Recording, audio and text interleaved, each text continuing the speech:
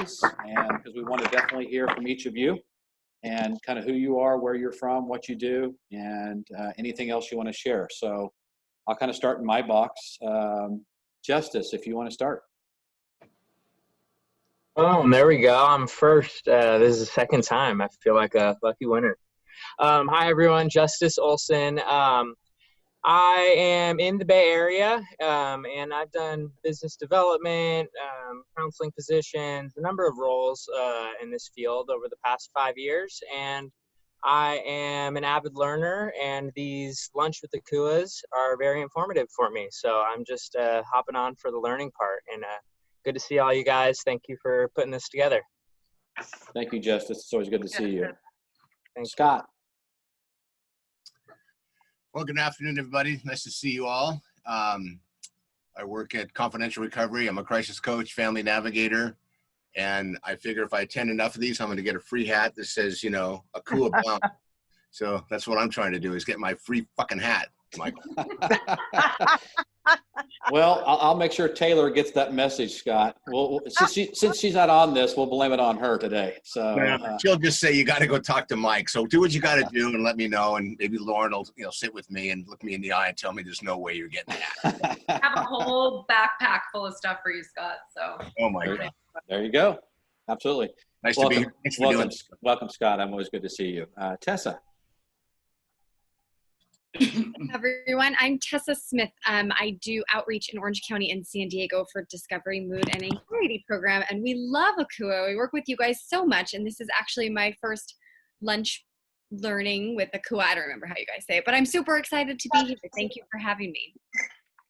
Welcome, Tessa. Thank you. We're welcome. I'm glad you're here. So we have a few more joining, so we'll just kind of go. Sandra, good to see you. Hi, good to be seen. By the way, I want to know where he gets that hat. Okay, I want one. The secret's out. Scott's let it out of the bag, so we got hats. It's out of the bag. It's a new one. Thank you for inviting me. I actually work for Bella Nirvana Center, only 15 hours a week, running recovery groups. I'm a licensed vocational nurse. I'm a detox nurse, but I'm actually just coming back to work after being off 2.5 years with some heart problems, open heart surgery, that type of thing. Love working with addictions. Haven't been addicted, but been around it all my life. And of course, I love Angelina. I like to know what she is. I haven't seen her for a while.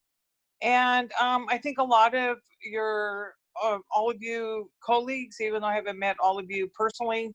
So it's good to be here today. And also, I'm glad that I could join you without any problems on my Wi-Fi. Well, thank you. I'm glad you're healthy and safe, Sandra, and we're glad you're here. So blessings to you. Absolutely. Yeah, thank you. Joel, good to see you. Thanks, Michael. Good to see everybody. Yeah, I'm Joel Fry with Odyssey Behavioral Healthcare.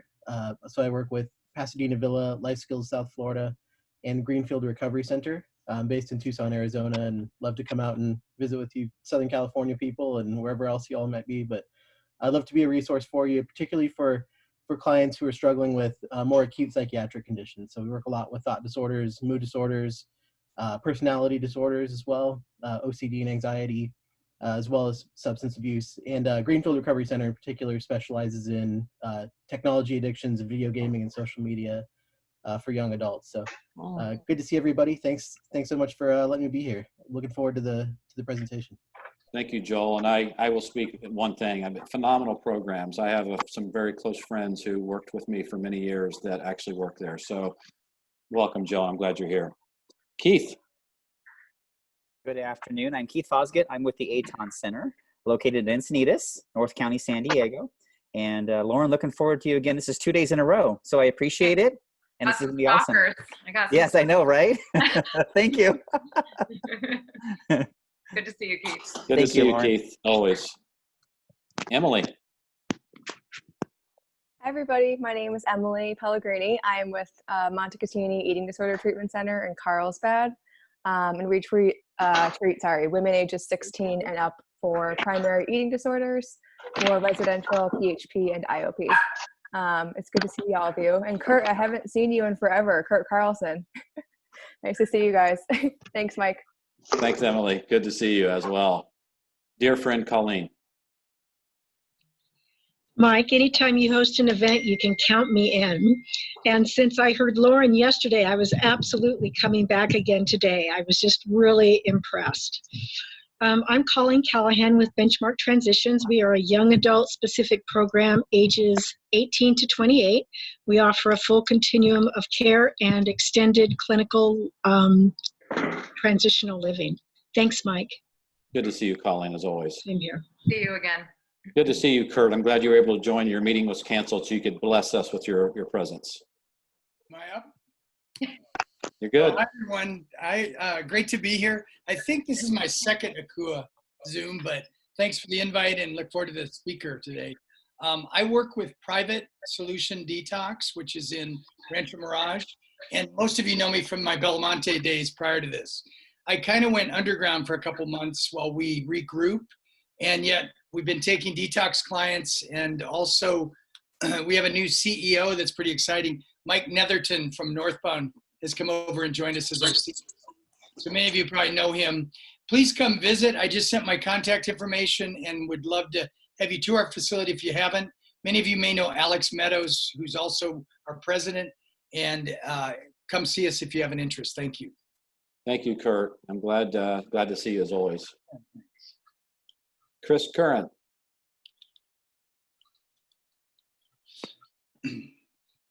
So take myself off mute there. Sorry for the tardiness. I had some computer issues. No worries. Chris Curran, co-owner, co-founder, Framework Recovery in Huntington Beach. A lot of you know me and us. Kurt, I like the beard, man. Looks good. Thanks. Anyway, glad to be here. If anyone would like to talk further about Framework, if you have not had a discussion with me, I'd be happy to chat with you. Again, Mike and Dan, thanks for the invite. I hope everyone's having a good day. Thank you, Chris. Good to see you. And we'll go right to Troy. You're muted. Thank you so much. I'm so used to doing that from meetings. Troy Smith, co-founder, co-owner of Framework Recovery. Yeah, you guys have gotten to see a lot of Chris, but not as much of me. So I'm really happy to be on this phone call.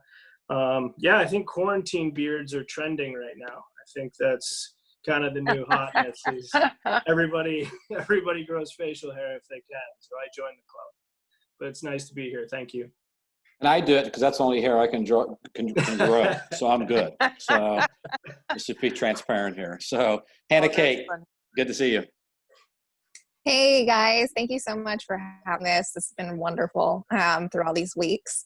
Lauren, you did an amazing job yesterday, so I'm super excited to be here again. My name is Hannah Kate Coltis. I work with Montecatini Eating Disorder Treatment Center in Carlsbad, California with Emily, who's also on the call. I am a business development specialist, and I also am the alumni coordinator.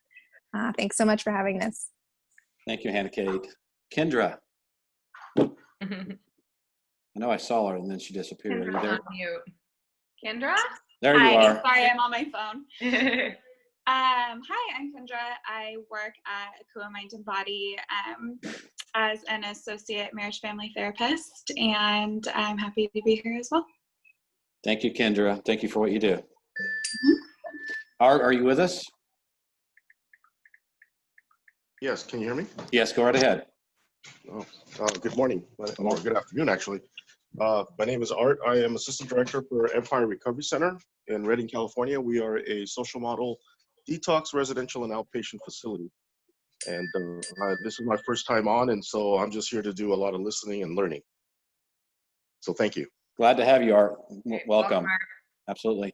So I'm gonna ask my team, because I know we have a few on here, to make it as brief as possible, because I know we want to make sure Lauren has time. But I want you guys to introduce yourself real quick. Angelina, I'll start with you.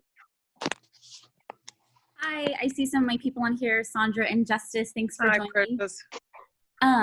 So I have been with Akua a little over probably 2.5 years, and I live, eat, and breathe Akua. That my name is no longer Angelina Horn, it's just Angelina from Akua. But I represent the Northern California locations, and we have 2 facilities, one male primary substance use facility that actually has a first responder track. So if you guys have any veterans, firefighters, law enforcement officers, EMTs, anything like that, definitely reach out to us, as we have a specialized track for that. And then about a month ago, we actually opened our primary mental health facility, which is awesome because there is a lack of resources up here for inpatient residential options for primary mental health. Yeah, looking forward to Lauren speaking. She is one of my favorite speakers that Akua has. She's very intelligent, very passionate. So I try to channel my inner Lauren Cabaldon. So excited. Uh-oh. And believe me, this is a joke. That is short for Angelina. So thank you for doing that. So Natalie. I am going to be much shorter than Angelina because I think she said everything. My name is Natalie Skaya. I'm the LA Outreach Specialist for Akua. I'm going to put my information on the side. Thank you. Thank you, Natalie. And Camille. Hi, everybody. I am the alumni coordinator for Akua down in Mission Hills, San Diego. So I just got hired on about 3 months ago to start building that program a little more from the remarkable Dan, who used to do that for all of our counties. But I see some familiar faces on here too. I know Kurt. It's nice to see you. And I was case manager before with Akua. I've been with Akua from day one in Mission Hills, so it's been a little over a year. And I'm also excited to hear Lauren speak. So thanks, guys. Thanks, Camille. And last but not least, Dan. Hi, everyone. Dan Paulsell. I'm the Orange County representative for Akua. Troy, it's good to see Troy on here. I haven't seen Troy in a while. And Kurt, I'm really sad that you just put your handsome pup down. I was enjoying his face or her face. But yeah, if I can be helpful in any way, collaborate to give people the care they need, please. My information's in the chat. If you haven't put your information in, please do that so everyone knows how to get a hold of you. Thanks. Thanks, Dan. And I will piggyback. Please put all information in the chat, and so we can absolutely make sure that we connect and keep connected, and so everybody can share that information. I'm going to now turn it over to the Lauren Cabaldon, the famous, now for 2 days in a row. So we get that. So, but no, I want to say this real quick, 1 minute. I do appreciate and value the perspective and the aspect of not just clinical with Lauren, but truly, mind, body, and spirit. I think it's such a value, and I think we all talk about it, but I know that, she truly walks that walk, and it helps me align every day and helps me kind of do what I do. So, I just want to say that everybody that knows Lauren probably feels that and sees that, but we're going to hear a little bit about compassion fatigue today, and that we all probably are aware of and kind of feel. So I'm going to turn it over to you, Lauren. I will be your Vanna. You let me know when you want to put the slides up, and I will do that. Thank you, sir. You are a beautiful Vanna. Appreciate you. Thank you guys for all the kind words. Now I got to just deflate my ego a little bit so I can come back down to earth and speak. But it's good to be with you guys again. For those of you that know me, I love to be with my clients first and foremost, but I need this to work on my own compassion fatigue, to connect, to get peer support.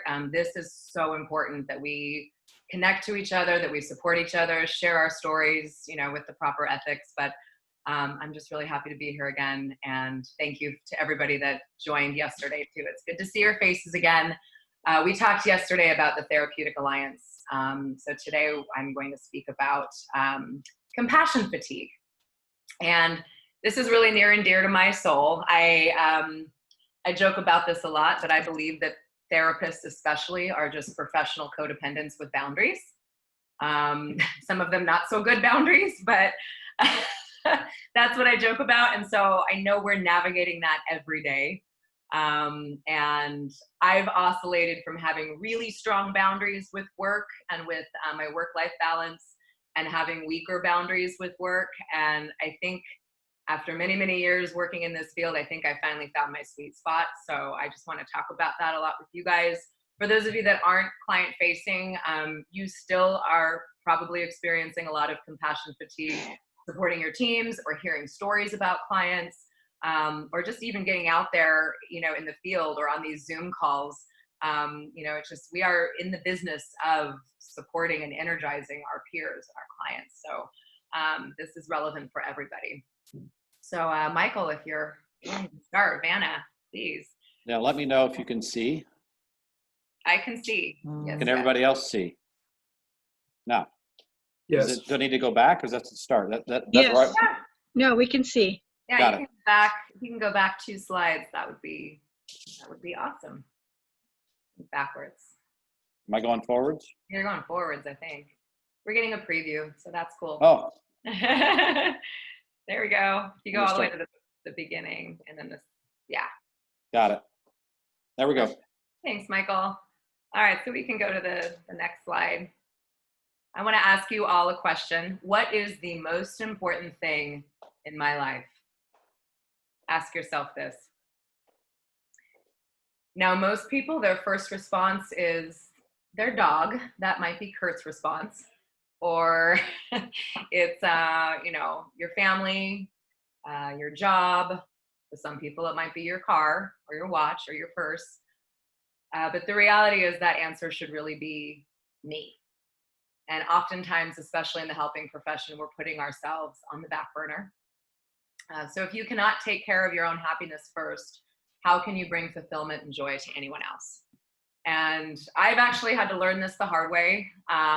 When I first became a therapist, I tell this story to even some of my clients, I had no boundaries whatsoever. I did not know how to take care of myself. I thought, hey, I'm a therapist. I'm going to be Superwoman. I'm going to rescue everybody and protect them all. And I was working in the school system, so I was working with teenagers. So, my bleeding heart just was there to serve and rescue these 16-year-olds that were being bullied or were already, finding drugs as their escape, or there was trauma in the household, abuse, neglect. And I just thought, I'm going to save all these teenagers. So of course, my first few clients, I had no boundaries. I gave them my personal cell phone number, said, you can call me whenever you want. And lo and behold, guess what happened?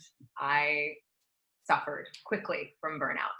I would get phone calls late at night, early in the morning, and I would be, and for those of you that work in admissions, you know that this never stops, and sometimes chasing down your clients. And I quickly realized that I was not helping. I was enabling them to continue the behavior and not seek out other support systems. And I also learned quickly that this was my own ego, saying that I could be the one to rescue everyone. And I'm the only one that understands these teenagers because I was there and I was bullied myself. And so I quickly realized that I was no good to anybody. And I was depleted when I went back home. I wasn't taking care of myself. I wasn't eating right. I wasn't exercising.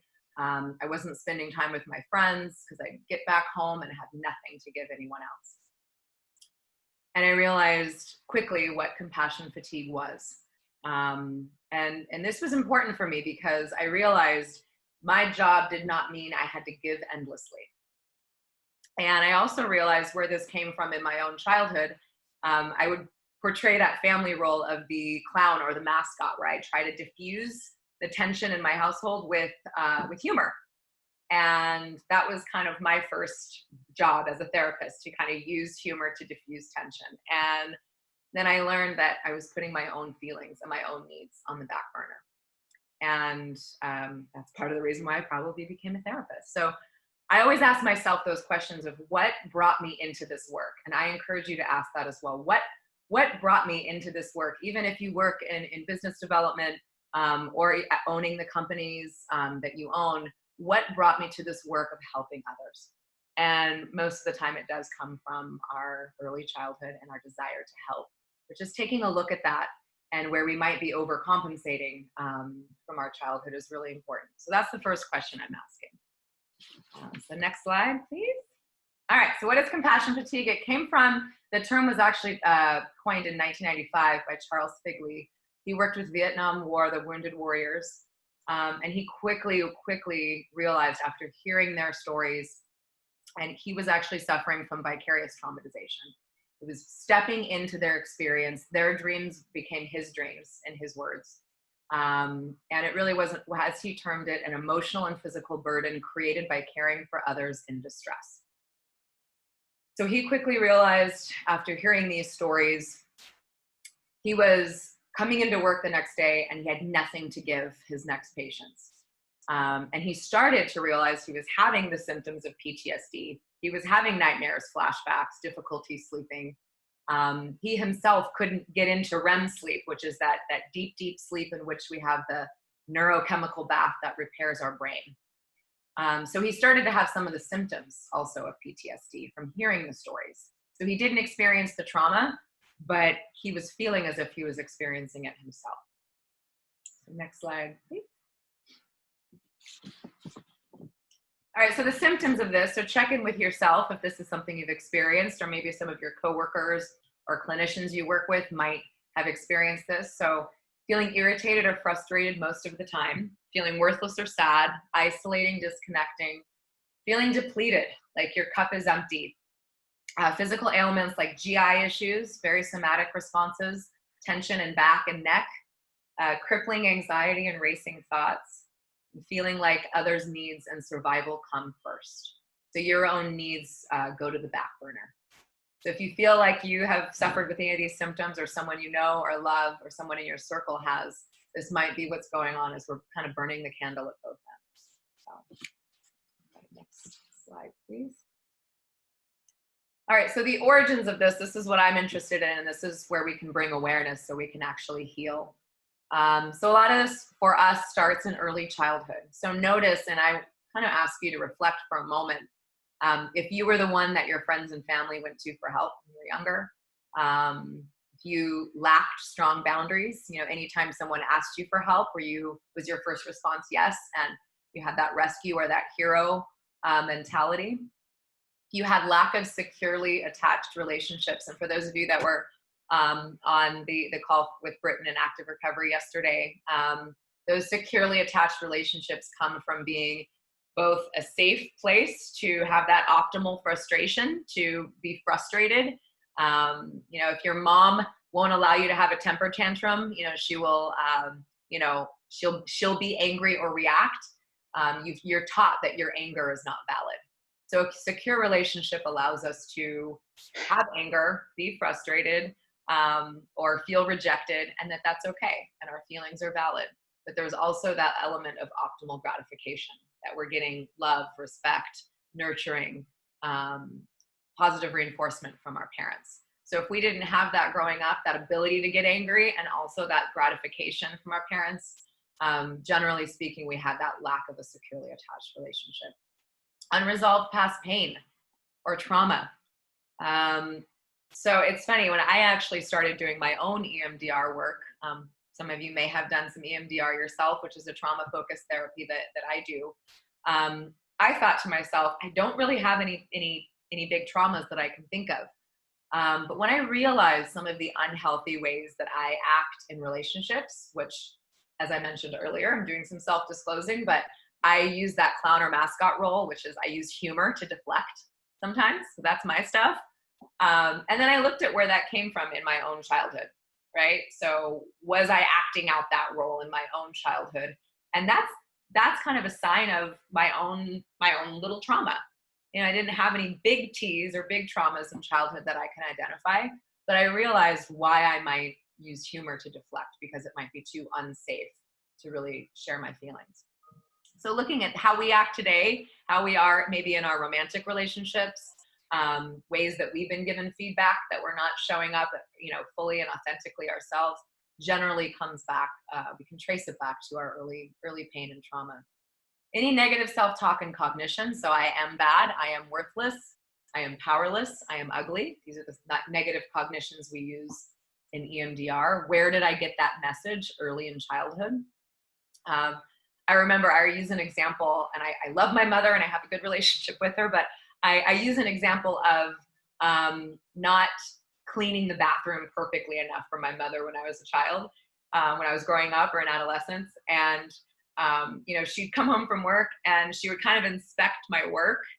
And I know I did a pretty good job, right? But I still would get that, well, you missed this here, or this wasn't good enough.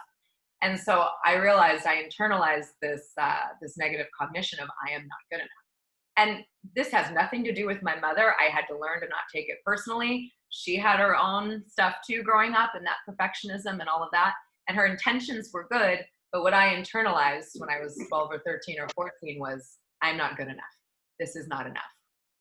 And so where else do I carry that negative cognition in my life? And that's generally an indicator of where I might get some compassion fatigue because I'm doing more for others because I feel inadequate. So again, that goes to the overdeveloped sense of responsibility. And then an impulse to rescue anyone in need. And I want to acknowledge, there's a lot going on this planet right now. And I don't know about you, but if I can share, I felt this, I've been feeling kind of stuck about where I should put my energy and my time and my resources. I know I come here to Akua and I'm giving all I can to clients and to staff. And then I think I shared this with some of you guys yesterday. I've decided to delete social media for myself for right now because I'm feeling like I can't fill my cup, enough to be here and to be in my space in my personal life. So, because I'm feeling like, where can I help? And what action do I take right now? And, I have a lot of friends and loved ones that are in need. And is my cup full enough after work to go, support, my cousin or my best friend or my partner? And so I'm really being selective. And I think Brene Brown talks a lot about this, selective with where my energy goes. And this has been a really important theme throughout my whole life, but in our profession, we have to be very selective with where our energy goes. And my little litmus test for where my energy goes and just testing it out will be, what do I get back from this relationship? Does my cup get full after I speak with this person? Or am I giving without much mutuality in return? And I think for me, that's been kind of a gift of what's going on for me in the world right now, that energy. And there's a lot of turmoil going on in the world right now. And so to step into that as a clinician doing work, in the field, it's tough to hold those spaces. So I've been very selective, and I feel like letting go of social media right now and looking at the news has been one way that I'm setting a boundary, an emotional boundary for myself, so that I'm not feeling the need to rescue. That's been tough. So next slide, please. All right, I shared this with some of you yesterday, but real quick, this is kind of the 101 on attachment styles, and a couple of good books that I recommend. Addiction as an Attachment Disorder by Flores, really great book. And Attached, another really good book. If any of you haven't read either of those, I highly recommend. But I'm often looking at my clients in these 4 attachment styles to understand where they come from. But this is important for me to recognize, did I have an anxious, preoccupied mother, right? And then did I have an avoidant, dismissive father, right? And how does that translate to my relationships today? And how I'm getting my needs met today? And how do I create a secure attachment with myself and with others now, knowing and bringing awareness to my patterns from my past? So the way that I like to create secure attachments for myself is, like I said, are the relationships in my life giving me love, nurturing, protecting, or am I just feeling obligated to be in these relationships, either because I've been in them for so long, either because they're my parent or my sibling or my cousin? And how can I be more selective about my relationships and doing that litmus test of toxic love? Is it toxic, or is it actually healthy for me? And that's super important. And then I'm going to give you guys a little self-care test at the end, so stay alert. Okay, next slide. Okay, so for compassion fatigue specifically, and self-care and burnout, these 6 areas of boundaries I have found to be very important for me, and noticing, am I giving too much in any of these areas? So I use the joke with my clients, but are you giving away too many of your cigarettes, for example, and getting resentful that no one is showing up for you or giving you another pack of cigarettes back? And oftentimes we give, and especially the addict, alcoholic, loves to give if they felt inadequate in other ways. So they're looking for that external validation, which we know. But oftentimes for us as clinicians, we become way too giving. And so even with material stuff, I actually have had clinicians that will bring things for their clients, like little trinkets, things here and there. And for me, particularly books, when I lend books to my clients, I have to practice not expecting it back, because then I'll feel that resentment, which is only my fault, right? So what do I loan to others? Am I loaning a family or friend money, things like that? I used to loan my friends clothes and shoes, and I'd get resentful I wouldn't get it back. So noticing, where am I being too giving and what are my boundaries at this point? Physical, how am I with my personal and my physical space? Especially if you live with a partner during quarantine time or your family. Have you negotiated issues of space at home and having a quiet kind of sanctuary for yourself at home? Mental, this is huge, especially right now. I think this is probably one of the most key boundaries that we're navigating kind of as a species. Humanity is navigating their mental boundaries. Are you able to hear other people's attitudes and beliefs and values without being easily suggestible? Are you firm in your boundaries but open to listening to others' points of view? And this has been hard for me, which is why, like I said, my boundary right now is kind of taking a step back from social media, because I haven't really navigated that space fully for myself. So those mental boundaries are huge for compassion fatigue and burnout. And can I hear my client's story? Can I hear their belief systems and not feel the need to change them? Can I hear one of my clients saying, I am not an addict, and resist the impulse to convince them otherwise because of my own belief systems, right? And I'm seeing, all of the behavior traits, they're losing their job, their wife or spouse is going to leave them. They, have 2 DUIs, but the client yet can't see that in themselves. Am I too focused on convincing someone of something, or can I just stay in my kind of neutral, wise mind space? So emotional boundaries. Am I accepting too much blame? Am I taking things too personally that aren't personal? So checking in with yourself, where are you angry or irritated right now? Is it an argument with your partner? Is it an argument with a parent or a coworker or your boss? Where am I really irritated? And that tells me exactly where I need to grow. And how can I have radical empathy for that person I'm irritated with and understand exactly where they're coming from? And I practiced that already twice today. It's a constant practice. I did it today with a client and with a coworker. Just practicing that constantly helps me reevaluate, where I'm at, and then practice the second agreement, not taking things too personally. Sexual boundaries. This is a key one that I talk about with my clients, but even for yourself, where am I comfortable and safe? Am I setting boundaries? If you're dating right now, am I setting comfortable boundaries with people that I'm dating? And then spiritual, am I easily suggestible, my spiritual beliefs, or can I hear somebody else's beliefs? If I'm atheist, can I hear a Christian speak about their belief in God and not become too attached and reactive, right? That's a sign of burnout usually too. All right, next slide. And being mindful of time as well. And it is hard for codependents to have boundaries because they often put others' needs and feelings first. They don't know themselves.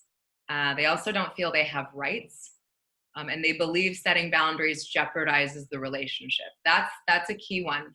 And often when I'm having difficult confrontational discussions with clients or even with staff, and for those of you that are managers that have staff that you must set boundaries with or speak with, am I avoiding a difficult conversation because I'm afraid it's going to jeopardize the relationship?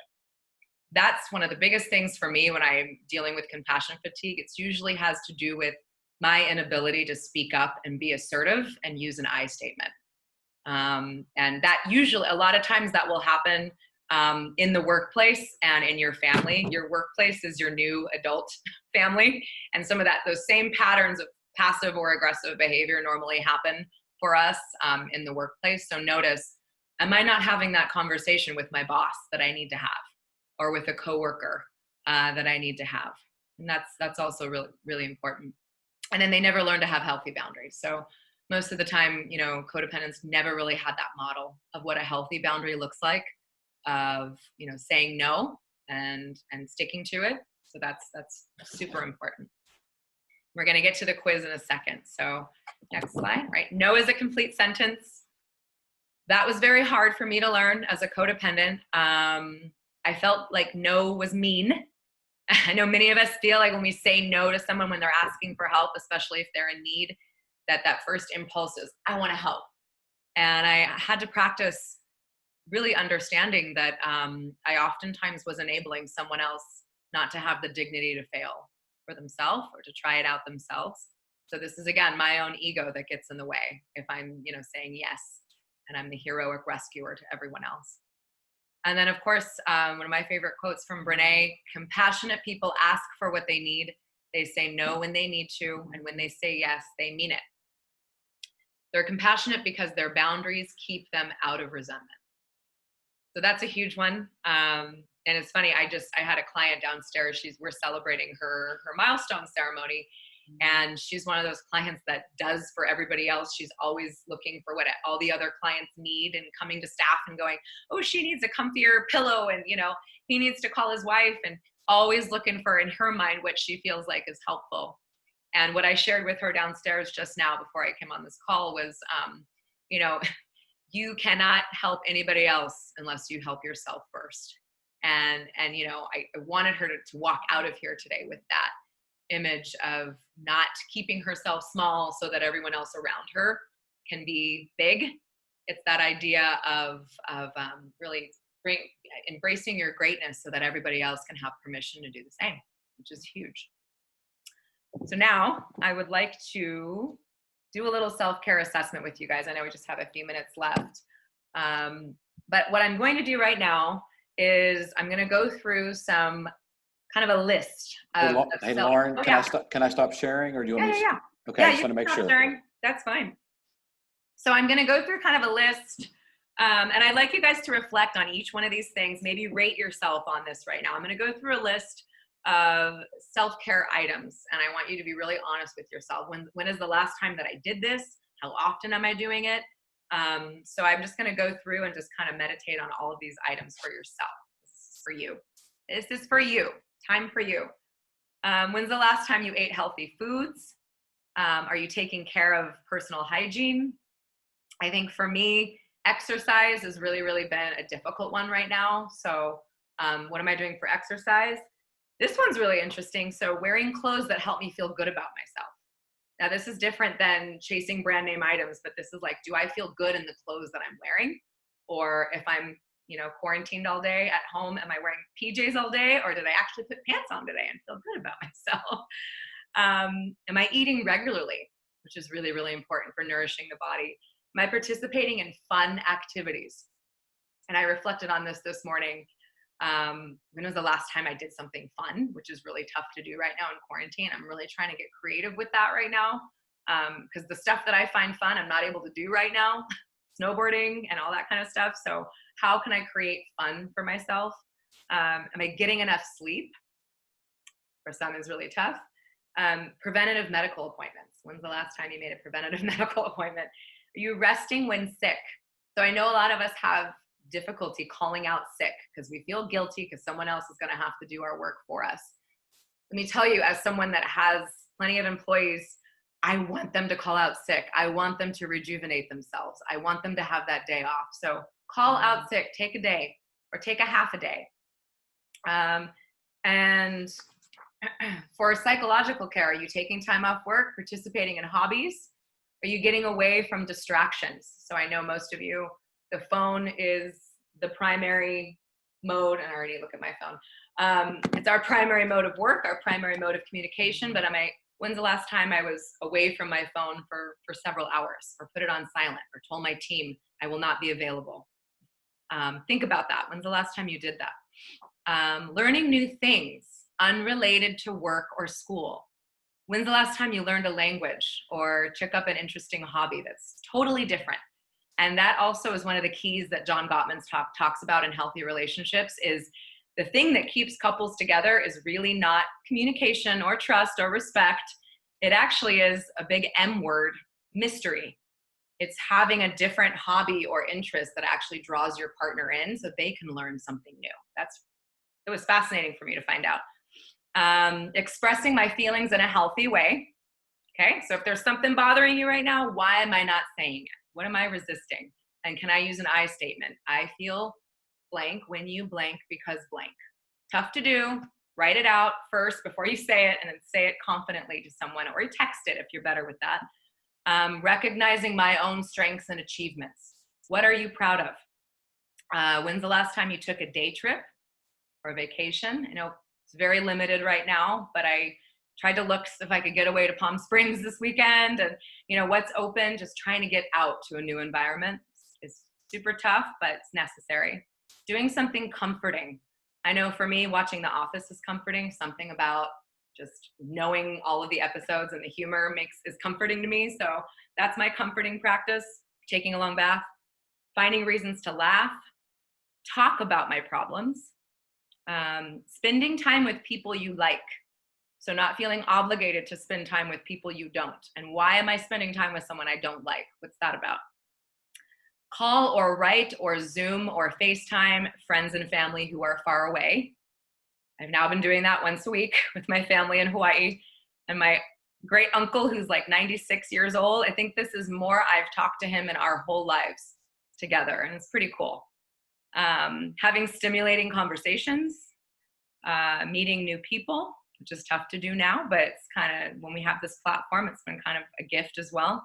Spending time alone with my romantic partner without my phone, asking others for help, having intimate time with your partner, very important, or yourself, depending on where you're at with that, and spiritual self-care, spending time in nature, meditating. I just recently took up breath work a lot more, so I'm doing that every Sunday. I highly recommend. A lot of breath workers and meditation practitioners are doing awesome things online on Zoom. For those of you that haven't participated, check it out. Recognizing the things that give meaning to my life, acting in accordance with my morals and values. That's huge. Participating in a cause that's important to me. That can be more relevant now than ever. Appreciating art that's impactful to me. And then professional self-care. Improve my professional skills, which you're doing. Awesome. Saying no to excessive new responsibilities. Taking on projects that are interesting or rewarding. Learning new things that relate to my profession. Make time to talk and build relationships with colleagues. Take breaks during work. Keep a comfortable workspace. And for those of you that are working at home, I can see that you've done that, especially Scott's shed. Keep me a comfortable workplace that allows me to be successful. This one's huge. Advocate for fair pay, for benefits, and for others' needs. It's important. And then your overall professional self-care. So how many of you maybe struggled and haven't done many of these things? I know I'm guilty of it. And when I read this, I'm like, whew, reflecting. But I'm happy to share this self-care assessment with you guys. It's on Therapist Aid. It's super easy to follow. But I give this to my clients and to my staff to help them kind of check in with themselves. And it's a really good resource. So I want you guys to practice that. But I hope this was helpful. I hope I gave you some tools and a moment to reflect on your own compassion, fatigue, and self-care, and where the origins of that might be. And yeah, I think that's all of my voice you're going to hear. So thank you guys. Thank you, Lauren. I appreciate, definitely always the kind of the depth you bring in, and also the little things that I think we forget and overlook sometimes. I know I do personally. So any questions? We have about 8-9 minutes left. Does anybody have a question, comment, feedback, anything they would like to share or ask Lauren? Hey, Kurt. I have a quick question. Go ahead. I was wondering what kind of advice you could give to house managers and whatnot. Some of us have house managers or are house managers. They're trapped with clients currently. Just that's kind of a unique situation that hasn't really been seen before. So if you had any insight into that, I would appreciate it. House managers are, oh my goodness, they are our heroes, honestly. I don't know how they do it. Some of you on this call might have been a house manager at one point in time. They are constantly living in a non-boundary kind of environment. And so they're bound, all those 6 boundaries. And I can send you a sheet of those boundaries with some tips and tools. But navigating boundaries for them is so important. And one of the things that I used to teach some of my house managers was communicating to your residents your boundaries and making them very clear, kind of like what I do as a therapist. Like after 6 o'clock, I will not answer my phone, but you can leave me a voicemail. And so the physical boundaries of when I'm available and when you can reach me, because I know house managers, they have that tendency to want to always be there for their people. And that's tough because we're asking them to be present, but they need their recharge as well. I also recommend, obviously, if they're in recovery, that they're going to regular meetings. They, work with their sponsor or mentor, have a therapist. I think for house managers, they're probably the biggest population that needs an objective professional third party to help them process all the stuff that comes up with being in that kind of family-like environment. It's a tough space. And then also, I really encourage house managers to come together and have their own kind of social time, kind of like their own AA meeting, because of their unique circumstances. I think that's important.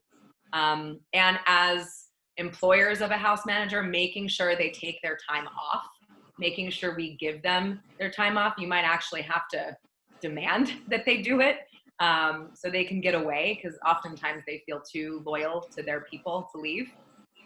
So as an employer, I usually am demanding that my staff get away. I get coverage for them so they can really get some meaningful time away on vacation. I think those things are really important. I hope that's helpful. That's great. Thank you. Yeah, of course. Thanks, Troy. I think, Kurt, did you have a question? Yeah, I actually more of a comment. First of all, thank you, Lauren. Great content. I liked all your references because those are my spiritual guides, Brene Brown, and my individual EMDR therapy has just been a lifesaver. And the list is totally appropriate.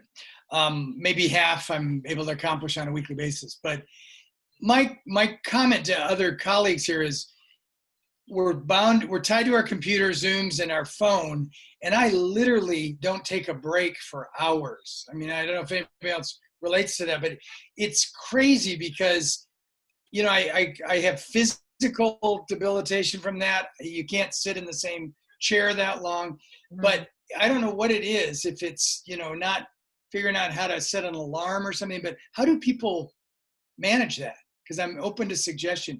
And I don't want to sound like, I'm a workaholic or anything, but the key is it's just hours will go by and then I'm in physical pain because I haven't left this chair. I want to open that up to the group because I am actually less in that position. So I want to open that up to the group. My experience is when I complete a Zoom meeting, I leave the phone in the room. I get up, I go walk, check in with my fiance. We typically around lunchtime try to go for a walk unless there's stuff going on. But I try and get out in the neighborhood, but I make a conscious effort because I've set up in a guest bedroom. It's like this office space that I now resent, right? Because I go roll in there and do work, and then I come back out. And but I consciously try and get up once an hour and at least make a loop around the house and fill my water up or whatever it is. But I plan to just constantly be in motion if at all possible. So. Okay, thanks, Dan. Yeah. Kurt, one thing that I would offer to you that I've noticed has been helpful to me is that, for example, I'll take my Zoom meetings out here on the patio where I'm in the fresh air and in the shade and I get a breeze. And then I will work one day in my office and I'll alternate the next day in my dining room. And I take multiple walks a day. So I'll take one in the morning, oftentimes in the evening, and even around lunchtime, I'll go, okay, I'm going to go around the block. So it really has become a conscious effort to change my scenery, if you will, even though it's in the house and a little bit outside, and to get some movement. Okay, thanks, Colleen. I'll jump in as well. I think, Kurt, thank God you're not compulsive, obsessive, or addicted with any of maladaptive behaviors. But, I think your point is, look, if you're going to be tethered to something, for me, I'm a realist at my age, and as long as I've been in a relationship, the sex thing's dictated to what time the sun goes over the left side of the house. And if my, dogs aren't barking. But anyway, my point is scheduling, self-care, mindfulness, taking moments is just like you would an appointment, like you would a Zoom call. You put it in your daily routine, and put one in the AM, put one midday, put one in the afternoon, maybe before you go to bed. My wife and I recently, because we're hunkered down at home, we talked about her phone. It goes off at night, and I just said, I don't silence, but the flashing light will, for some of the, so I said, get the fucking thing out of here or cover it up. So we covered it up, and I'm sleeping better now. So just being able to give yourself permission, to put it in your day, make it part of your day. It's part of your life. I mean, if you're not going to let go of it, but based on what I'm hearing you say, I definitely would see a professional about it, because it sounds like you're way over the fucking top, buddy. Thanks a lot, Scott. That's always helpful to get your insight. It's not clinical. Just so you know. It's anecdotal and experiential. Applies too. I mean, Lauren's looking at the DSM-5 going, where the hell does that shit come from? He just makes that. No, it's experiential. And I agree. I know we have a few minutes. This is phenomenal. I think this is a great, Kurt, what you say. And I think I'll go a step further, and I'll say this. We also have to hold, and this is the toughest part, I think, for at least me and for maybe some others that I good close friends with. We have to hold our company accountable too. We are givers. We give all day. We'll give. That's why we're all here. That's what we're doing right now. We give, and we're always. So I think, and unfortunately, not talking about any specific companies, but we're in the business of helping people, which never stops. It always goes. And so in the world, I mean, we can be transparent on here. We all want, to fill beds. We want to save people's lives. So I think that to speak up, as Lauren was saying, to speak up for yourself. I mean, I know we need jobs. I do too. You do, Kurt. You do. I mean, we all do. But I think that we have to help our leadership and our companies also see and understand what we're speaking about. And I agree with you. I mean, what I've learned, and I know we're running out of time, is real quick. I mean, the 5 minutes now are very valuable to me. Very valuable. I mean, 5 minutes before was not as, but these 5, I have to separate for 5 minutes just to step away, step outside, like Colleen's, get some air, and if we don't do that, I'm not picking on you, Kurt, it will eat us alive. It will. I mean, there's the end of the day, I'm like you. It's hard to walk some days because you're sitting in a chair and a seat, all these meetings. So my point of that is I think that we as individuals and professionals, we have to hold and help each other hold accountability as well. When I call Kurt, I expect him to answer. I don't care what time it is. I call Scott, I want him to answer. I don't care what time it is. We have to also understand that as we talked about boundaries and things that we got to do. So, I know that's not easy for me. And I'm sure it's not easy for anybody on this call or this Zoom, because that's what we're in the business to do, to help people every day. So the first 2 calls I'll avoid are Scott and Mike. There you go. In my new routine. Awesome. Thank you. And I think he was already doing that, so I'm not worried, Scott. I think he was already avoiding me. So it's all right. By the way, a genuine thought for all of you, because for me, to take an hour like this, it's not easy to do, but you know what? When I'm done with an hour like this, it's changed my whole week. I've broken it up. I'm talking to the professionals. Look, there are people in our field right now, your field, the clinicians, psychiatrists, psychologists. I know of 3 of them that have taken their own life in this last month here in San Diego. Whoa. So this, kind of commitment that we have of wanting to help others takes a lot out of us. And the fact that we've been sequestered at home now, there's an amplification of the trauma that I was on a call a couple of weeks ago and somebody was talking about how something from 10 years ago has erupted for them. And there are psychiatrists who run a big team because we're not used to when you stop helping people, that's your forte and that's not there. That's a huge gap. Yeah. So thank you guys for what you do. And, you've got my phone number there. And was it Troy, call me. I ran 9 scattered sites. I'd be happy to help you with the sober living thing. But one of the quick tips was we took house managers, if you have more than one site, when they started to piss and moan, and we put them in opposite houses for 48 hours. it was amazing how grateful they got what they had, and what a learning experience for the residents to see how awesome it was to have the manager they had. So if you want, my number's here somewhere, you can always find me, but I'm happy to give you some ideas because I did that for decades. And there are some. I appreciate that. Anyway. Good advice. Well, I know we're running over. I know we're busy. We could go on forever, but I just want to say, Lauren, thank you for one, but also I want to thank everybody. I know it's a great conversation and we got to support one another, and we're in it for the right reasons. And I appreciate that from every one of you. I know that. So we'll stop until the next time. We have everybody's comments on the side, so please reach out. And I look forward to hopefully seeing everybody next Wednesday as we continue our conversation. Hey, Michael, real quick, do people know about the little symbol on the right-hand side of chat where it saves the names in the chat box? Is everybody aware of that? Yeah, you can save it as a document on your desktop. How do you do that? Look, Colleen, look down in the chat window to the right. There's a little thing with 3 dots. Oh, yeah. Just hit that and it'll say save chat. Yep. Oh, thank you so much. That's awesome. But Thank you. Everyone. Call you, Kurt, right? And make referrals. Bye-bye. Okay. Thank you, guys. Thank you. Have Thank a you, great Mike. day. Thank you, Lauren. Yes. Thank you. Bye-bye. Thank you, Lauren.